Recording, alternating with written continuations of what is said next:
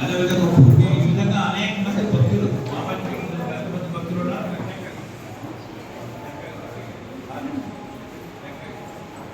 ఈ విధంగా అనేక మంది భక్తుల అనుభవం అత్యద్భుతంగా వివరించారు.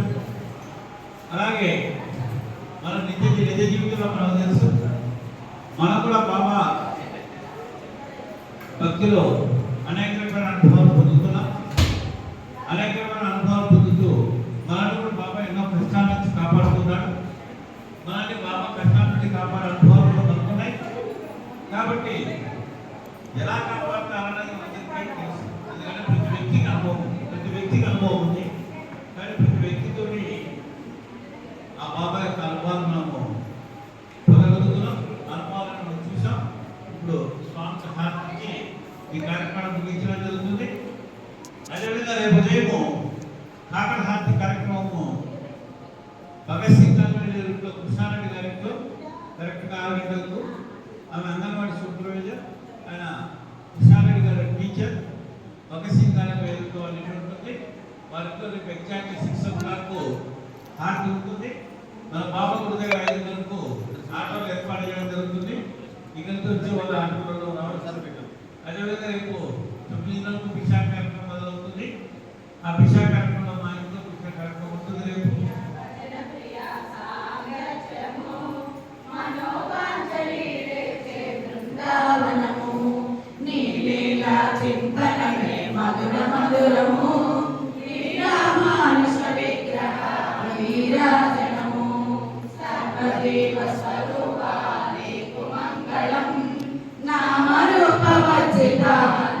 మంగళం సర్వదేవ పోషక నీకు మంగళం సదాచార విగ్రహ నీకు మంగళం స్వామి సాయినాథ శ్రీ క్షేత్రవాస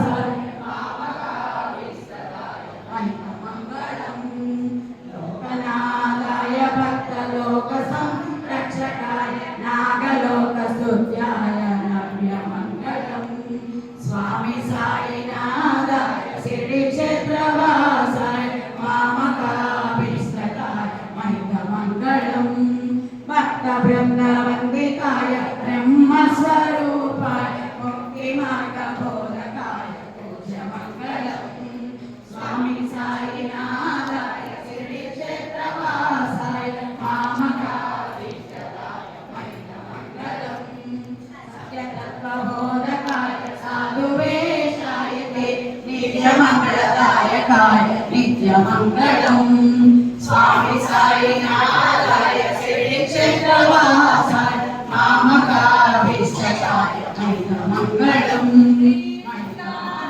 సద్గురు సాయినాథ్ మహారాజ్ की जय श्री गुरुदेव दत्त साईनाथ महाराज की जय श्री समर्थ सद्गुरु साईनाथ महाराज की जय साईनाथ महाराज की जय साईनाथ महाराज की जय साईनाथ महाराज की जय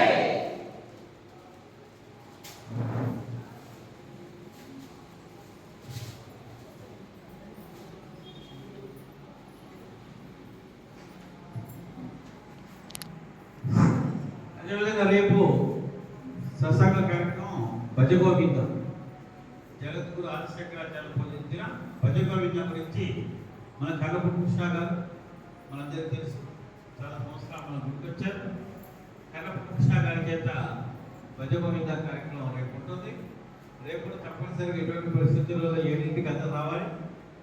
మన ఇన్ని రోజులు బాబా గురించి మనం విన్నాం. రేపు ఆధ్యాత్మిక తత్వ విచారణ సంబంధమైన జగద్గురు ఆదిశంకరాచార్య రచించిన భజగోవిందం గురించి రేపు మనం చక్కని ప్రవచనం వినబోతున్నాం. రేపు అందరూ కూడా రావాలి. అదేవిధంగా రేపు 9ంటికి భిక్షా కార్యక్రమం ఉంటుంది. రేపు ఉదయం 6 గంటలకు కూడా హారతి కార్యక్రమం ఉంటుంది. కాబట్టి రేపు సాయంత్రం ప్రవచన కార్యక్రమం ఉంటుంది. అందరూ తప్పనిసరిగా రావాల్సిన కోరుతూ ఇప్పుడు మన శకుంతల పరమేశ్వర్ గారికి మహిళా సంఘం వారు దుశ్శాలతో సన్మానించి మరి మెమంటోను సమర్పిస్తున్నారు. షిరిడి నుంచి వచ్చే అమ్మ శాలం సంస్థానం షిరిడి సంస్థానానికి మెమంట్ ఇచ్చాము.